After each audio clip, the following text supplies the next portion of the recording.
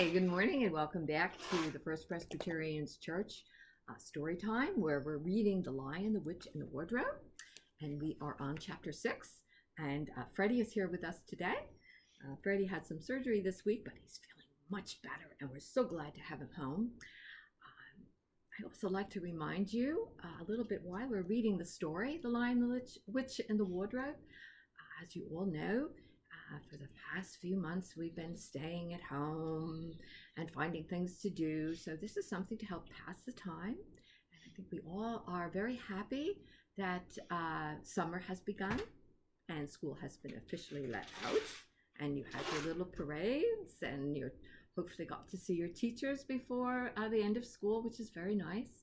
And maybe things are opening up a little bit, and maybe you're getting to see some of your close friends, I hope.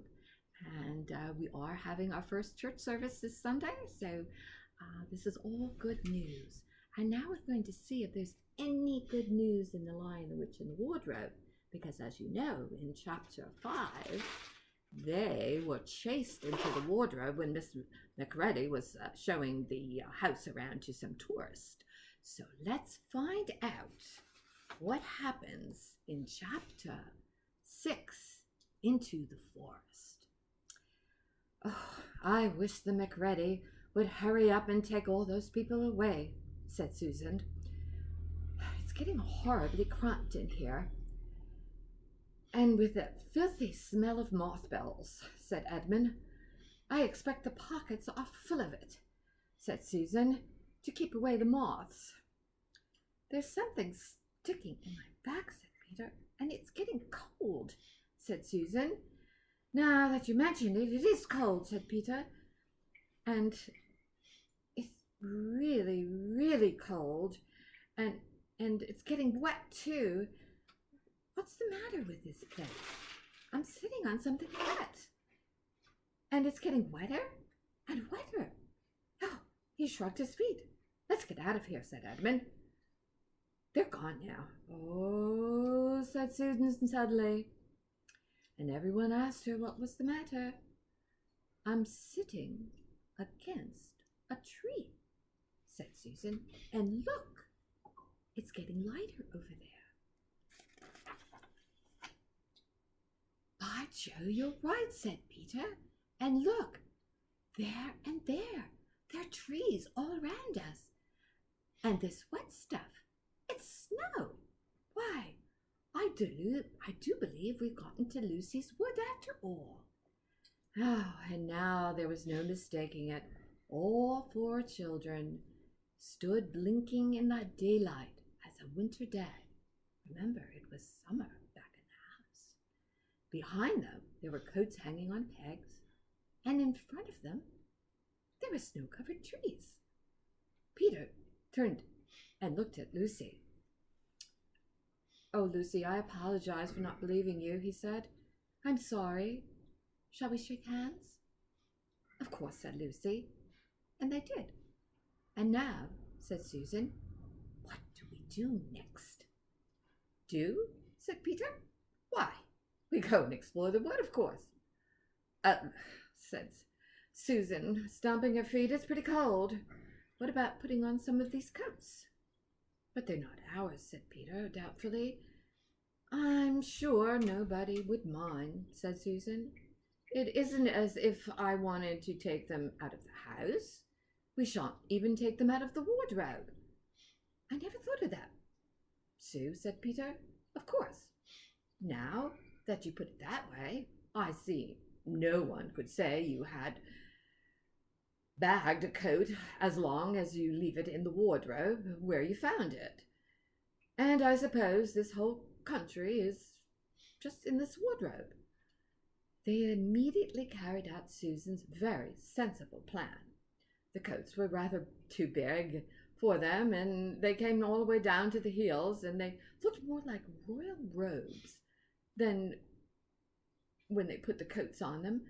But they all felt a good deal warmer, and each thought the others looked better in their new get-up and more suitable for the landscape. We can pretend we're Arctic explorers, said Lou. This is going to be exciting enough without any pretending, said Peter, as he began leading the way forward into the forest.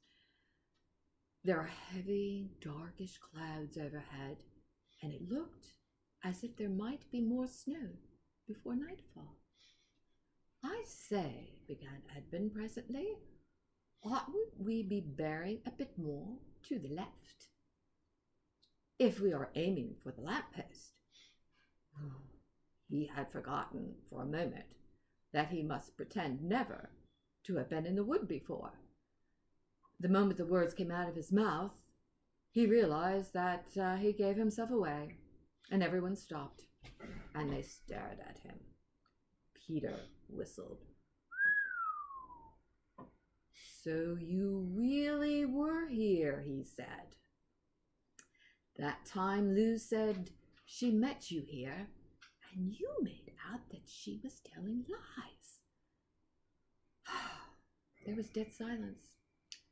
Well, of all the poisonous little beasts, said Peter, and he shrugged his shoulders and said no more.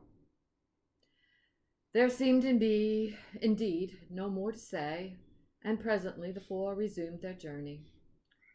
But Edmund was saying to himself, I'll pay you all for this. You pack of stuck-up, selfish pricks.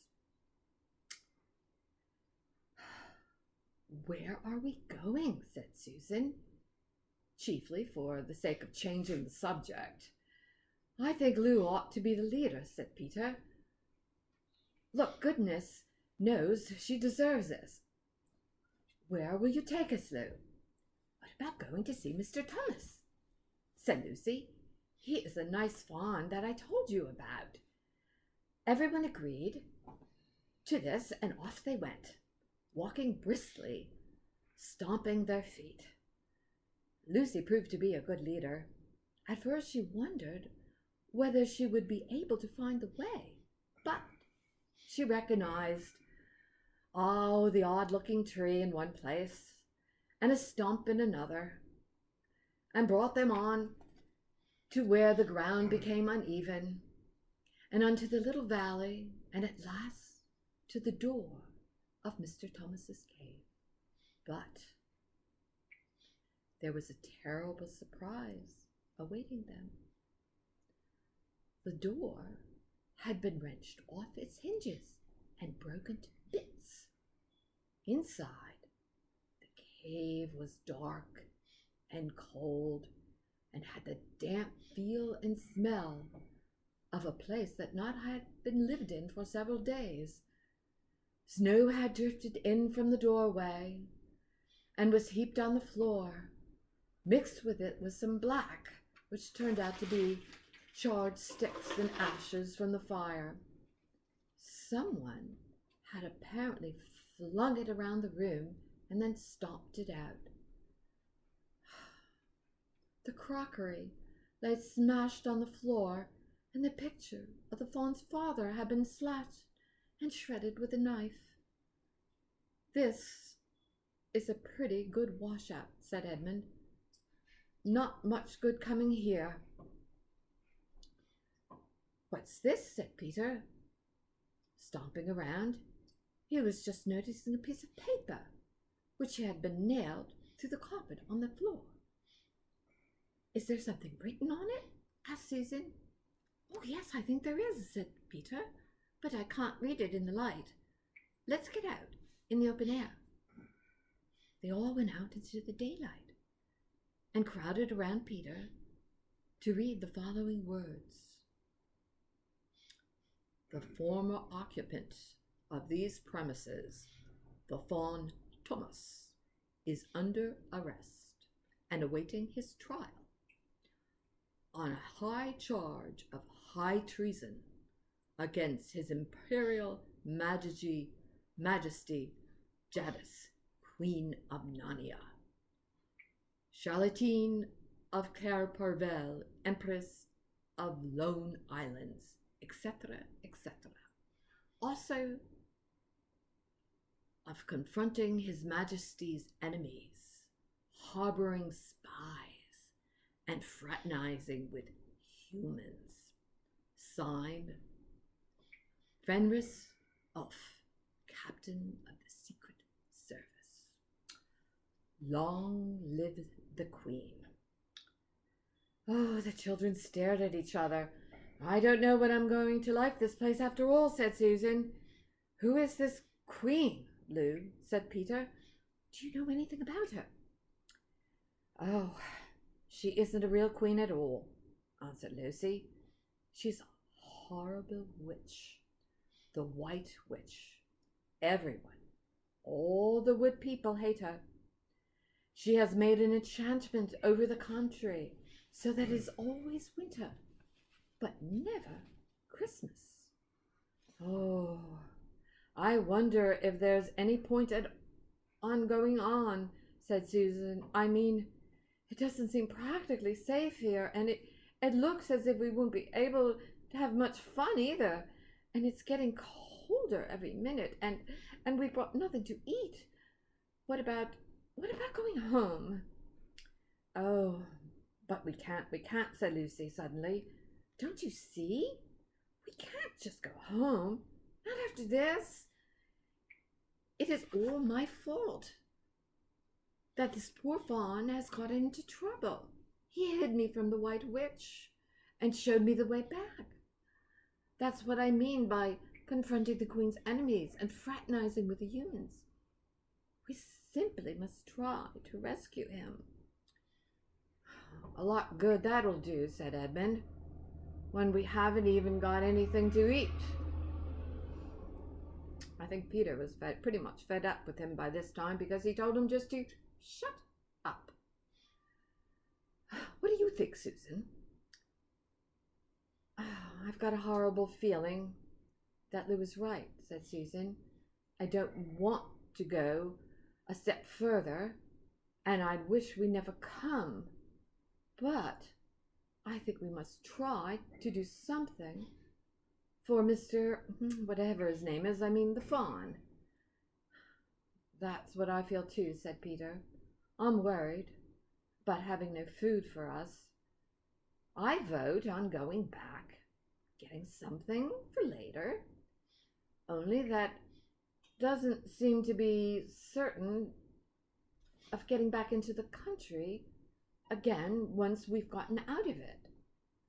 I think we should go on. So do I, said both girls. If only we knew where the poor chap was imprisoned, said Peter. They were all still, wondering what to do next, when Lucy said, Look, there's a robin with such a red breast. It's the first robin I've seen here. I say, I wonder, can birds talk in Narnia? It almost looks as if it wants to say something to us. Then she turned to the robin and said, Please, can you tell us where Thomas the Fawn has been taken to? As she said this, she took a step forward towards the bird. It at once hopped away, but only as far as to the next tree. It at once hopped to the next tree, and there it perched and looked at them very hard, as if to understand that he understood them, what they had been saying, almost without noticing what they had all done. All of the 4 children took another step forward closer to the robin. At this, the robin flew again to the next tree, and once more, without them hardly knowing, the children took another step forward. Do you know, said Lucy, I really believe he means us to follow him. I've an idea he does too, said Susan. What do you think, Peter? Well, we might as well try, said Peter, and the robin appeared to understand the matter thoroughly. It kept going from tree to tree, always a few yards ahead of them, but always so near that they could easily follow him. In that way, it led them on slightly down the hill, wherever the robin alighted, a little shower of snow would fall off the branch where he landed. Presently the clouds parted overhead, and the winter sun came out, and the snow around them just dazzled. They were all traveling this way for about a half an hour, with the two girls clinging this way for about, in front of them, Peter and Edmund. If you're not still too high and mighty to talk to me, Peter, I have something to say to you that I think you better listen to. What is it? Said Peter. Hush, not so loud. There's no good frightening the girls. But have you realized where we're going? What? Said Peter, lowering his voice to a whisper. We're following a guide we know nothing about. How do we know which side the bird is on? Why shouldn't it be leading us into a trap? Oh, that's a nasty idea. A robin, you know, they're good birds in all the stories I've read. I'm sure a robin wouldn't be on the wrong side. If it comes to that, which is the right side? How do we know that the fawn is on the right side and the queen, yes, I know we've been told she's a witch, is in the wrong? We don't really know anything about either. But the fawn saved Lucy, said Peter. He said he did, but how do we know? And there's another thing too. Has anyone the least idea on the way home from here? Oh, great Scott, said Peter. I hadn't thought about that. And no chance of dinner either, said Edmund. The end of chapter 6. I hope you enjoyed it as much as I did, and I am looking forward to see what happens in chapter 7. And what do you think is on the right side? Is the Queen of Narnia or the fawn? Maybe we'll find out next week. Thank you, and have a great week.